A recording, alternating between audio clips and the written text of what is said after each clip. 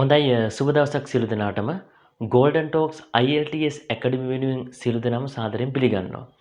එතකොට මේ දවස්වල ගොඩක් අය මගෙන් කමෙන්ට් කර කර එහෙම අහන ප්‍රශ්නයක් තමයි කොහොමද මේ ස්පීකින් ටෙස්ට් එකට මුහුණ දෙන්නේ? විශේෂයෙන් මෙයාලා අහනවා මේක ගොඩක් අමාරුද? ඊළඟට චැලෙන්ජබල්ද? ඊළඟට කොහොමද ලකුණු දෙන්නේ? ලකුණු දෙන්න ප්‍රොසීඩ් එකක් තියෙනවද? ඒ questions එන formats මොනවද? මේ දේවල් ගැන අහනවා. ඒ නිසා ස්පීකින් සම්බන්ධයෙන් ගොඩක් මම වීඩියෝ කරන්න බලාපොරොත්තු වෙන ඉස්සරහට IELTS ස්පීකින් ටෙස්ට් එක වෙනුවෙන්. ඉතින් අද දවසේ ඉස්සරෝම විශේෂයෙන්ම කතා කරන්න කැමති ඔයාලට මේ පේපර් එකේදී නැත්නම් මේ ටෙස්ට් එකේදී ලකුණු ලබා දෙන විදිය ගැන. එතන මේ වෙනකොටත් මම හිතනවා ඔයාලා දන්නවා කියලා සාමාන්‍යයෙන් IELTS examinations වලදී මේක ස්පීකින් ටෙස්ට් එක ගොඩක් වෙලාවට තියෙන වෙනම දවසක. හරිද? එතන ලකුණු ඔයාලට සාමාන්‍යයෙන් ඒ කියන්නේ ප්‍රශ්න 3ක් තියෙනවා අනිවාර්යයෙන්ම. විනාඩි 15ක් තමයි මැක්සිමම් එන්නේ. විනාඩි 15ක් ප්‍රශ්න 3ක්. එතකොට මේ එක එක ප්‍රශ්නය ගැන කතා කරනකොට මේවට ලකුණු ලබා දෙන විදිහක් තියෙනවා. ඉතින් ඔයා IELTS examination එකට හොඳට ready වෙන කෙනෙක් නම් ඒ වගේ තමයි අපේ වගේ qualified trainers line academy එකට join ලා ඉන්නවා නම් අනිවාර්යයෙන්ම ඔයාලා මේ කියන කාරණා ටික දැනගන්න ඕනේ. මම හිතනවා දැනගන්න ඇති කියලා. එතන විශේෂයෙන් මතක තියාගන්න මේ IELTS examinations වල ස්පීකින් ටෙස්ට් එකේදී ඔයාගෙන් කාරණා 4ක් බලනවා අනිවාර්යයෙන්ම ඉවැලුවේට් කරනකොට. ඒතර ඒ කාරණා ටික මම මෙතන වලට පැහැදිලිව සඳහන් කරලා තියෙනවා.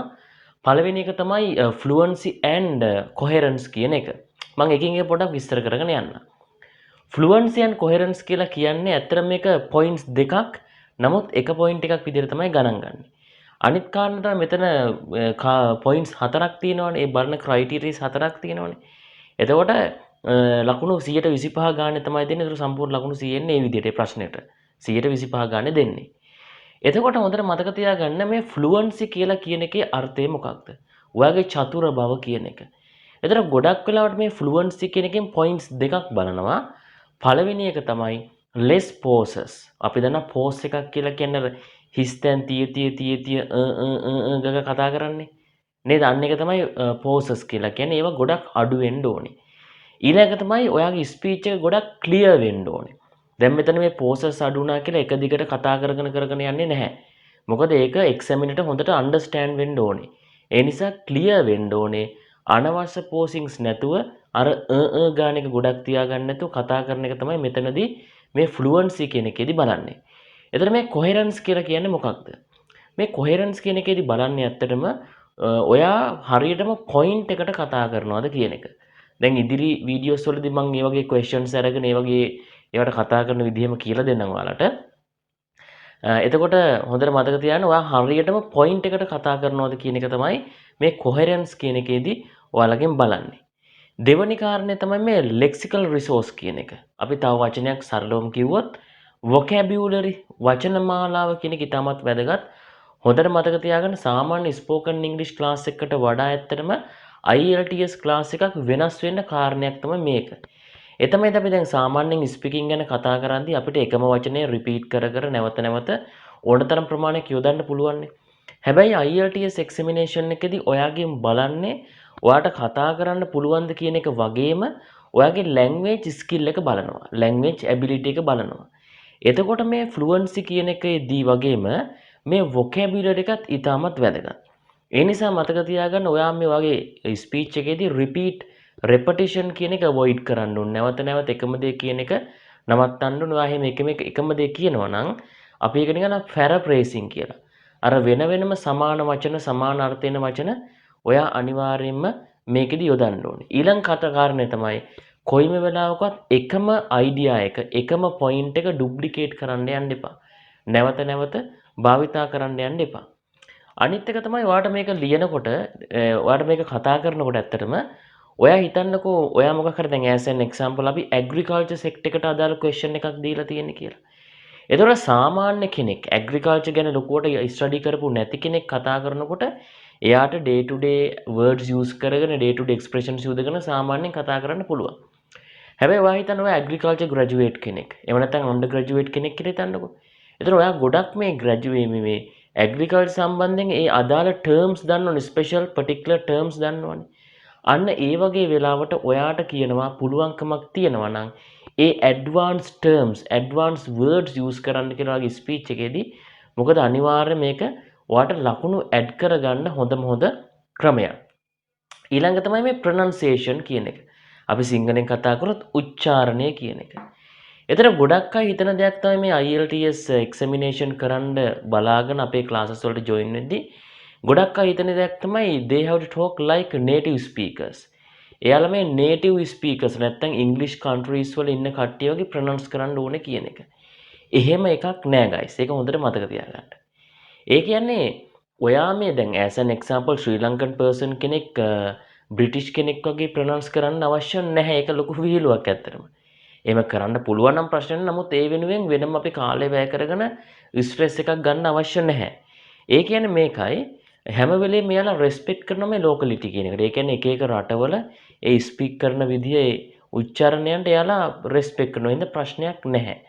හැබැයි ඒ කියන්නේ මතක තියාගන්න බෑ මෙහෙම දෙයක්. ඒ කියලා දැන් උදාහරණයක් විදිහට අපි බට් කියන එක බුට් කියලා BUT නේ ඒ විදිහට ප්‍රොනවුන්ස් කරන්න බෑ. නියමිත ක්‍රමයක් තියෙනවනේ. ඉතින් මේ ප්‍රොනවුන්ස් කරන එකට හොඳම උදාහරණය තමයි ඔයා මේ යම්කිසි දෙයක් ප්‍රොනවුන්ස් කරන්න දන්නේ නැත්නම් ඔයා Google එකේ how to pronounce this one කියලා ගහලා බලන්න. එතකොට ඔයාට ඇමරිකන් ඉංග්‍රීසි වලිනුත් එනවා බ්‍රිටිෂ් ඉංග්‍රීසි වලිනුත් එනවා. ඔයාට මේ දෙකෙන් කැමති විදිහට ප්‍රොනවුන්ස් කරන්න පුළුවන්. හැබැයි මතක තියාගන්න ඔයා ඇමරිකන් ඉංග්‍රීසි යූස් කරනවා නම් ඒ ටයිප් එකටම යන්න. බ්‍රිටිෂ් ඉංග්‍රීසි යූස් කරනවා නම් ඒ ටයිප් එකටම යන්න. නමුත් මම IELTS එක්සෑම් කරන එක්සැමිනර් කෙනෙක් විදිහට ඇත්තටම කියන්නේ අපේ රටේ තාම ප්‍රධාන වශයෙන් යන්නේ බ්‍රිටිෂ් ඉංග්‍රීසි නිසා ඒ පැත්ත ෆලෝ කරනවා නම් ගොඩක් හොඳයි.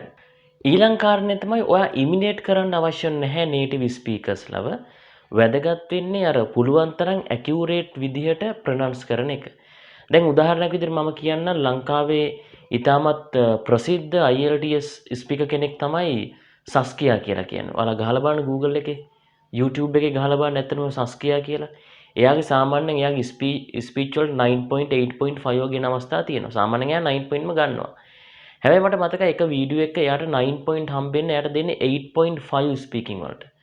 පස්සේ ප්‍රසන්ට් එයාත් එක්ක කතා කරන හේතුව මොකක්ද කියලා. හේතුව තමයි මේ ඇඩ්වර්ටයිස්මන්ට් ගැන තමයි මෙයාට කතා කරන්න තියෙන්නේ. එතකොට දැන් උදාහරණයක් විදිහට අපි වුණත් සාමාන්‍යයෙන් එදිනෙදා ජීවිතේ අපි ඇඩ්වර්ටයිස්මන්ට් කියන එකනේ යූස් කරන්නේ. නමුත් ඒක ඉංග්‍රීසි කට්ටිය විදිහට වැරදි ඇත්තටම. ඔයාට මේක ප්‍රොනවුන්ස් කරන්න පුළුවන් ආකාර දෙකක් තියෙන. එකක් තමයි ඇඩ්වර්ටයිස්මන්ට් කියලා ප්‍රොනවුන්ස් කරන්න පුළුවන්. එහෙම නැත්නම් ඇඩ්වර්ටයිස්මන්ට් කියලා ප්‍රොනවුන්ස් කරන්න පුළුවන්. හැබැයි මේ සස්කියා අර පුරුදු නිසා ලංකාව විදිහට ඇඩ්වර්ටයිස්මන්ට් කියනවා. ඒ නිසා එයාට ලොස්ට් වෙනවා 0.5ක්. ඒ නිසා තමයි එයාට 8.5 වෙන්නේ. මම ඉතින් මේ උදාහරණය කිව්වේ එක්ස්පර්ටිස්ලටත් එහෙම වරදින නිසා ඔයා හැම වෙලේම ඇකියුරේට් ප්‍රොනන්සියේෂන් එක තියාගන්න. නමුත් අර නේටිව් ස්පීකර්ස්ලා ෆලෝ කරන්න, එයාලව ඉමිටේට් කරන්න යන්න අවශ්‍ය නැහැ. අද දවසේ අපි කතා කරන ලාස්ට් පොයින්ට් එක තමයි grammatical range and accuracy කියන එක. එතන මොකද්ද මේ grammatical range කියලා කියන්නේ? හොඳට මතක තියෙන IELTS එක්සැමිනේෂන් එකක් කරනවා නම් ඔයා ස්පීකින් ටෙස්ට් එකට ජොයින් වෙනවා නම් අනිවාර්යයෙන්ම ඔයාගේ ග්‍රැමර් පැත්ත හරියටම තියාගන්න ඕනේ. ග්‍රැමටිකලි ඔයා කොරෙක්ට් වෙන්න ඕනේ. එතන මෙතනදී තමයි මේ ටෙන්සස් සම්බන්ධයෙන් ලොකු අවබෝධයක් තියෙන්න ඕනේ. ඔයාට මේ ටෙන්සස් හැසිරීම සම්බන්ධයෙන් ටෙන්සස් 12ක් තියෙනවා. ඒ 12 හසුරවන විදිය, පැසිව් නම් 8ක් තියෙනවා. ඒවා හසුරවන විදිය පිළිබඳව ඔයාට හොඳ දැනීමක් තියෙන්න ඕනේ. මම එතන මේ වෙලාවේ පොඩි දෙයක් කියනනම් ඒ තමයි මගේ බුක් එකක් තියෙනවා IELTS කට්ටියට වෙනුවෙන්ම මම රචනා කරපු පොතක් මේ ග්‍රැමර් සම්බන්ධයෙන්. මේ පොත ඇත්තටම මේ ටෙන්සස් සම්බන්ධයෙන් තියෙන්නේ. ඒක ඊටම සරල සිංහලෙන් සහ ඉංග්‍රීසි වලින් දෙකෙන්ම තියෙනවා. ඉතින් එක්ස්පර්ට් කෙනෙක් නොවන අයට ඉංග්‍රීසි වල IELTS වල ෆේස් කරන අයට ඔන්න හොඳ අවස්ථාවක්.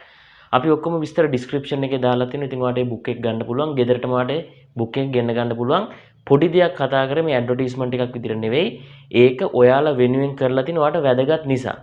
මොකද මේ ග්‍රැමර් කියන එක සාමාන්‍යයෙන් ස්පෝකන් ඉංග්‍රීසි වලදී අපි ග්‍රැමර් කියන එක කෑ කරන්නේ නැහැ ඇත්තටම. හැබැයි IELTS වලදී ග්‍රැමර් කියන එක ඔයා ග්‍රැමටිකලි හරියට කතා කරන්න ඕනේ. දැන් රයිටින් පැත්ත ගැන අනිවාර්යෙන් මේක එපයි. ඒ නිසා මේ බුක් එක ගොඩක් වැදගත්. ඉතින් කැමති කට්ටිය ගෙදරටම ගෙන්න ගන්න ඩිස්ක්‍රිප්ෂන් එක බලන්න. ඕකේ? එතකොට මේ ග්‍රැමටිකල් රේන්ජ් කියන එකේදී ඔයාට කියනවා පුළුවන් තරම් ලොකු පරාසයක sentences use කරන්න කියලා. ඒ කියන්නේ උදාහරණ විදිහට simple present, simple past, future, continuous, perfect, perfect continuous මේ කියන හැම tense type එකකින්ම use කරන්න කියලා ඔයාට කියනවා. ඊළඟ තමයි විශේෂයෙන්ම දැනගන්න මේ speaking වලදී ඔයා grammatically හරියට කතා කරන්න ඕනේ තමයි. හැබැයි ඔයා focus කරන්න ඕනේ හැම වෙලෙම fluency එකට grammar වලට නෙවෙයි. දැන් උදාහරණයක් විදිහට මම කියන්නම්කෝ අර beach boys ලා හැම ඉන්නේ. එයාලා grammar ලොකුවට දන්නේ නැහැ නේ grammar වරද්දන. හැබැයි fluency එක නියමටම තියෙනවා. මොකද එයාලා ඔය foreigners ලත් එක්ක එහෙම කතා කරලා ඒ fluency එක තියෙනවා. එතන මේ IELTS examination එකේදීත් අනිවාර්යෙන් grammar පැත්තත් බලනවා, fluency එකත් බලනවා. හැබැයි ප්‍රධානත්වයම දෙන්නේ fluency වලට. ඒ නිසා ඔයා grammar පැත්තත් හදාගන්න, fluency එකත් හදාගන්න, ඔයා priority එක දෙන්න fluency වලට. හරි. එතන ඔය ටික තමයි අද දවසේ මේ වීඩියෝ එකෙන් කියන්න තියෙන්නේ. අනිවාර්යෙන් ඉදිරි වීඩියෝස් වලදී අපි කතා කරමු. මම පෙන්නන්නම් මේ වගේ ප්‍රශ්න එන්නේ, මේවට ලකුණු දෙන්නේ කොහොමද? ඊළඟට ඒවා ඔයා points වශයෙන් කොහොමද කතා කරද්දි කරන්න ඕනේ දේවල් ඔක්කොම කියලා දෙනවා. ඊට අමතරව කියන්න ඕනේ ඔයා තාමත් අපේ YouTube channel එක subscribe කරේ නැත්නම් අනිවාර්යෙන් subscribe කරන්න. bell icon එක click කරපු ගමන් අපේ දාන හැම වීඩියෝ එකක්ම ඔයාලට ලබා ගන්න පුළුවන්. ඊළඟට ඔයාගේ යාළුවොත් ඉන්නවනම් මේ වගේ රට යන්න බලාපොරොත්තු වෙන ඉන්න අයට IELTS classes හොයන අයට ඔන්න අපේ YouTube channel එකට suggest කරන්න පුළුවන්, ඒක share කරන්න. ඊළඟ එක තමයි ඔයාට ඉතාමත් සාධාරණ මිලකට IELTS examination එකට හොඳින් face කරලා 7.5 වලට වඩා ඉහළ බෑන්ඩ් එකක් ලබා ගන්න අවශ්‍ය නම් ඔන්න අපිට අපේ Golden Talks IELTS Academy එකත් එක්ක ඔයාට join වෙන්න පුළුවන්. ඊටාම සාධාරණ මිල ගණන් යටතේ තමයි අපේ වැඩ කටයුතු යන්නේ. ඉතින් සියලුම දේ description එකේ තියෙන description එකේ බලලා පුළුවන් තරම් ඉක්මනට අපිත් එක්ක join වෙන්න. එහෙනම් have a great day.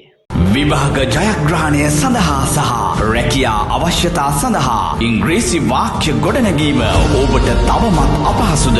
එසේනම් මෙන්න ඒ සඳහා ලංකාවේ ඇති හොඳම විසඳුම ජනප්‍රිය ඉංග්‍රීසි දේශක මලිත S වැලිපිටියගේ Tenses Active Voice and Passive Voice book අදම නිවසට ගෙන්වා ගැනීමට ඔබේ නම හා ලිපිනය 071 830 5757 අංකයට WhatsApp කරන්න. 9-10-11 ශ්‍රේණිවල සිසුන් සඳහා සහ වැඩිහිටි ඔබ සඳහා විශේෂයි.